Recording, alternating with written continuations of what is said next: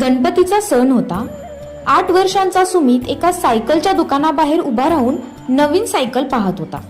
त्याचे डोळे त्या सायकलवर खिळले होते, पण त्याला हेही माहित होतं की त्याचे बाबा जे साधे कामगार आहेत त्यांना ती सायकल घेणं पॉसिबल नाहीये.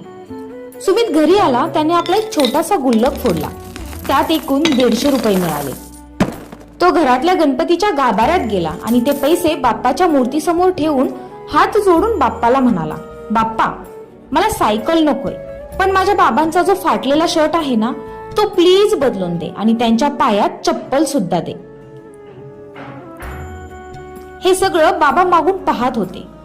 त्यांच्या डोळ्यात पाणी आलं. त्यांनी आधी विचार केला होता की ते स्वतःसाठी नवीन कपडे घेतील, पण मुलाची ही निष्पाप इच्छा पाहून त्यांनी तेच पैसे वापरून सुमितसाठी एक जुनी पण छानशी सायकल विकत घेतली. दुसऱ्या दिवशी सकाळी सुमित बाहेर आला तेव्हा त्याला ती सायकल दिसली.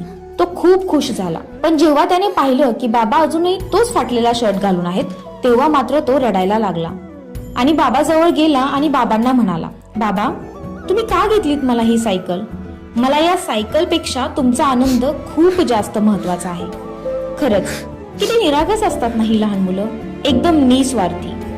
तुम्हाला जर हा व्हिडिओ आवडला असेल तर कमेंटमध्ये नक्की सांगा. थँक्यू.